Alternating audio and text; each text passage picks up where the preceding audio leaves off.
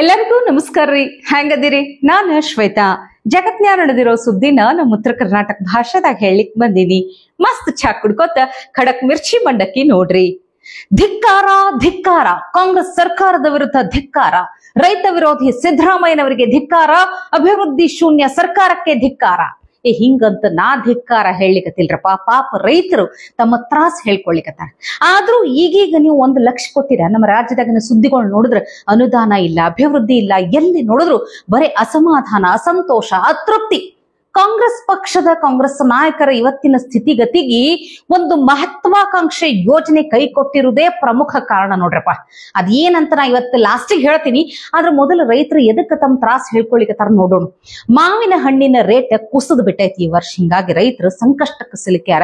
ಆದ್ರೆ ರಾಜ್ಯ ಸರ್ಕಾರ ಯಾವುದೇ ರೀತಿ ಸ್ಪಂದಿಸ್ಲಿಕ್ಕತ್ತಿಲ್ಲ. ಹಿಂಗಾಗಿ ಕೋಲಾರದಾಗ ರಾಷ್ಟ್ರೀಯ ಹೆದ್ದಾರಿದಾಗ ತಾವು ಬೆಳೆದಂತಹ ಮಾವಿನಕಾಯಿನ ರೋಡಿಗೆ ಸುರಿದು ಪ್ರತಿಭಟನೆ ಮಾಡ್ಬೇಕಂದ್ರ ಅವ್ರಿಗೆ ಎಷ್ಟು ತ್ರಾಸ ಆಗ್ಲಿಕ್ಕಿಲ್ಲ ಹೇಳ್ರಿ. ಎಷ್ಟು ಕಷ್ಟಪಟ್ಟು ಬೆಳೆದಿರ್ತಾರ.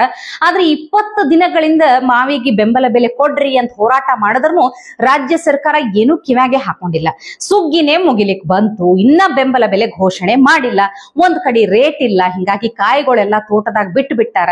ಹಂಗೆ ಕೊಳಿಲಿಕ್ ಚಾಲು ಆಗದ. ಹಿಂಗಾಗಿ ರೈತರು ಬೀದಿಗೆ ಬಿದ್ದಾರ ನೋಡ್ರಪ್ಪ.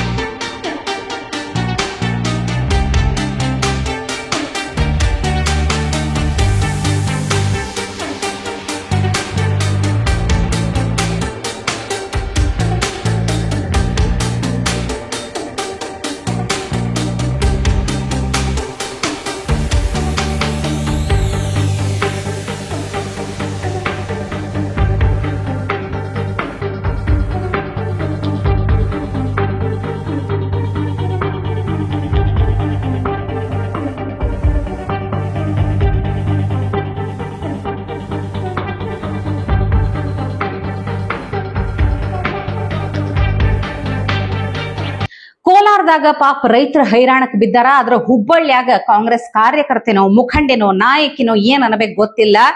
ಬೈತುಲ್ಲಾ ಕಿಲ್ಲೇದಾರ್ ಅಂತ ಹೇಳಿ ಕಾಂಗ್ರೆಸ್ ಕಾರ್ಯಕರ್ತೆ ಅಂಗನವಾಡಿ ಮಕ್ಕಳಿಗೆ ಸಿಗಬೇಕಾಗಿದ್ದ ಅನ್ನಕ್ಕೆ ಕನ್ನ ಹಾಕ್ಲಿಕ್ಕತ್ತಾಳಂತ ನೋಡ್ರಿ. ಹೆಂಗಿರ್ಬೇಕು ಈ ಅಂಗನವಾಡಿ ಮಕ್ಕಳಿಗೆ ಅಂತ ಹೇಳಿ ಸರ್ಕಾರದಿಂದ ಪೌಷ್ಟಿಕ ಆಹಾರ, ಅಕ್ಕಿ ಎಲ್ಲ ಬರ್ತೈತ್ಲ, ದವಸ ಧಾನ್ಯ, ತಮ್ಮ ಗಬ್ಬೂರ್ನಾಗಿರುವಂತಹ ಪ್ಲಾಸ್ಟಿಕ್ ಗೋಡೌನ್ಯಾಗ ಸಂಗ್ರಹ ಮಾಡಿ ಇಟ್ಕೊಂಡಿದ್ಲಂತ. ಅಲ್ಲಿ ಹೋಗಿ ನೋಡಿದಾಗ ಗಾಬರಿ. ಇದೆಲ್ಲ ಈಕಿನ ಗಂಡ ಫಾರೂಕ್ ಅಂತ ಹೇಳಿ ಗಂಡ ಹೆಂಡತಿ ಫುಲ್ ಇಬ್ರು ಇದ ಕೆಲಸ ಮಾಡ್ಲಿಕ್ಕತ್ತಾರಂತ. ಹಿಂಗ ಅಂಗನವಾಡಿ ಮಕ್ಕಳಿಗೆ ಸಿಗಬೇಕಾದಂತ ಅನ್ನಕ್ಕೂ ಕನ್ನ ಹಾಕುವಂತ ಪರಿಸ್ಥಿತಿ. ಯಾಕಪ್ಪ?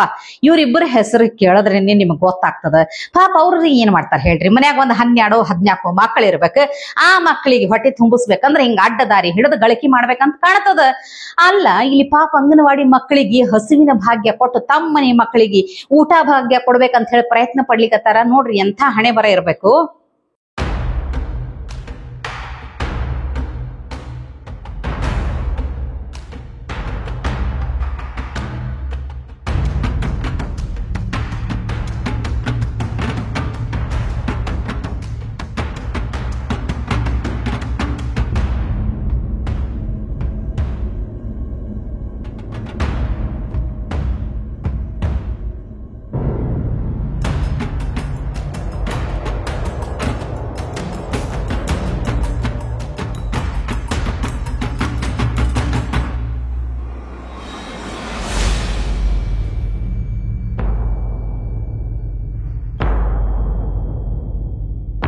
ಇನ್ನು ಕಾಂಗ್ರೆಸ್ ಹಿರಿಯ ನಾಯಕರ ಹಣೆ ಬರ ಅಂತೂ ಏನ್ ಚಂದಿಲ್ಲ, ಕೇಳಲಿಕ್ಕೆ ಹೋಗ್ಬೇಡ್ರಿ ನೀವು. ಯಾಕಂದ್ರ ನೋಡ್ರಿ, ಒಂದ್ ಕಡೆ ವಸತಿ ನಿಗಮದಾಗ ರೊಕ್ಕ ಕೊಟ್ಟವ್ರಿಗಷ್ಟೇ ಮನಿ ಹಂಚಿಕೆ ಮಾಡ್ತಾರಂತ ಹೇಳಿ BR ಪಾಟೀಲ್ ಅವ್ರು ಹೇಳಿದ್ದೇ ಬಂತ. ಅಲ್ಲಿಂದ ಶುರು ಆಗಿದ್ದು ಈ ಕಡೆ ಕಾಗವಾಡ ಕಾಂಗ್ರೆಸ್ ಶಾಸಕ ರಾಜು ಕಾಗೆ ಅವ್ರ ಸಹಿತ ಅದನ್ನ ಸಮರ್ಥನೆ ಮಾಡ್ಕೊಂಡ್ರು. ಹೌದು, ಅವ್ರು ಹೇಳಿದ್ರ ಏನ್ ತೆಪ್ಪಿಲ್ಲ, ಅವ್ರಕಿನ ಇನ್ನ ಕೆಟ್ಟ ಪರಿಸ್ಥಿತಿ ಐತ್ ನಂದು, ನಾನು ರಾಜೀನಾಮೆ ಕೊಡ್ತೀನಿ ಅಂತ ಅವ್ರು ಹೇಳಿದ್ರು.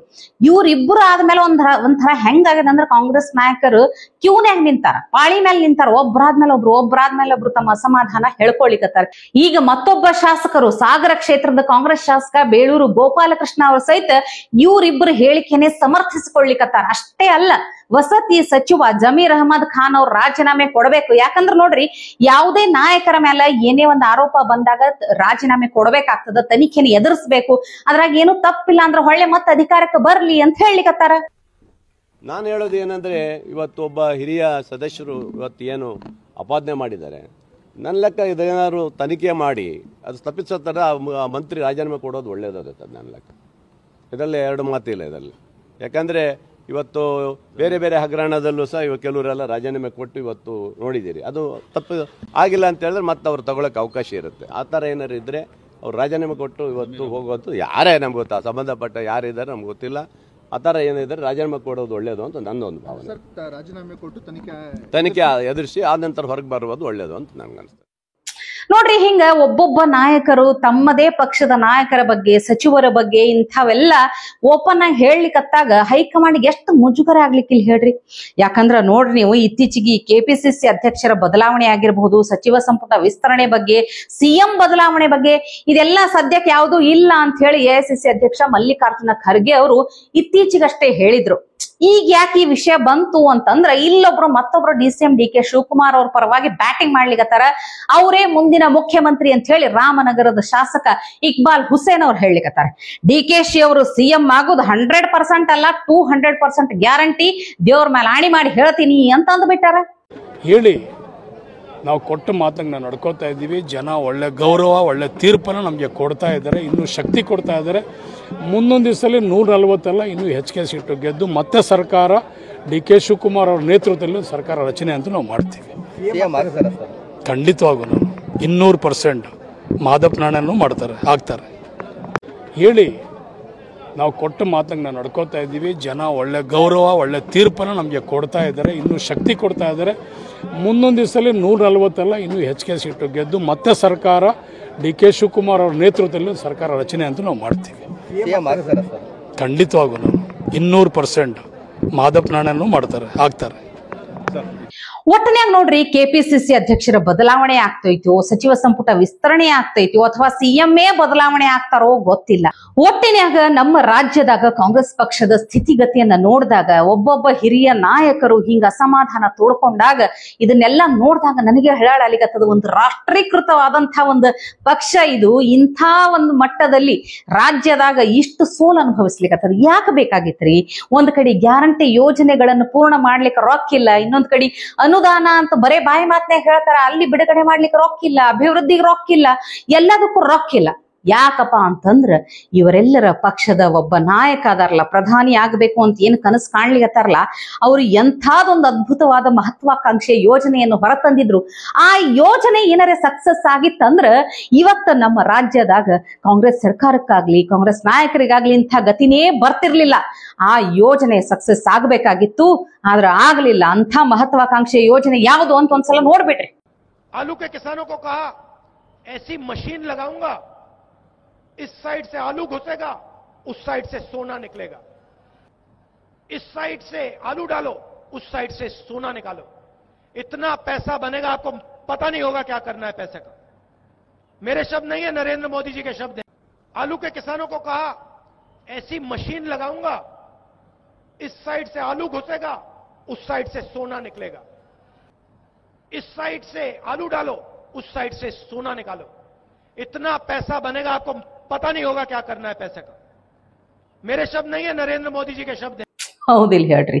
ಅಂಥ ಪ್ರಧಾನಿ ಅಭ್ಯರ್ಥಿ, ಪ್ರಧಾನಿ ಆಗ್ಬೇಕಂತ ಕನಸು ಕಾಣೋರು ಒಂದ್ ಕಡೆ ಆಲೂ ಹಾಕಿ ಮತ್ತೊಂದ್ ಕಡೆ ಸೋನಾ ಬಂಗಾರ ತೆಗಿತೀನಿ ಅಂತ ಅಂದ್ರ ಇದನ್ನೇ ನಂಬಿಕೊಂಡು ಬಹುಶಃ ಗ್ಯಾರಂಟಿ ಯೋಜನೆಗಳೆಲ್ಲ ಘೋಷಣೆ ಮಾಡಿಬಿಟ್ರ ಎಷ್ಟ್ ರೊಕ್ಕ ಬರ್ತೈತಿ ಅಣಸ್ಲಿಕ್ಕೆ ಆಗುದಿಲ್ಲ, ನಿಮ್ಗೆ ಅಷ್ಟ್ ರೊಕ್ಕ ಬರ್ತೈತಿ ಅಂತ ಅಂದ್ಬಿಟ್ರಲ್ಲ, ಅದನ್ನೇ ನಂಬಿ ಈ ತರ ಮಾಡಿಬಿಟ್ರ ಯಾರಿಗ್ ಗೊತ್ತು ಹೇಳ್ರಿ. ಆ ಯೋಜನೆ ಸಕ್ಸಸ್ ಆದ್ರೆ ಯಾರಿಗೂ ಕೇಳಕ್ಕೆ, ಯಾರಿಗೂ ಏನು ಪ್ರಶ್ನೆ ಮಾಡ್ಲಿಕ್ಕೆ ಅರ್ಹತೆ ಇರ್ತಿರ್ಲಿಲ್ಲ.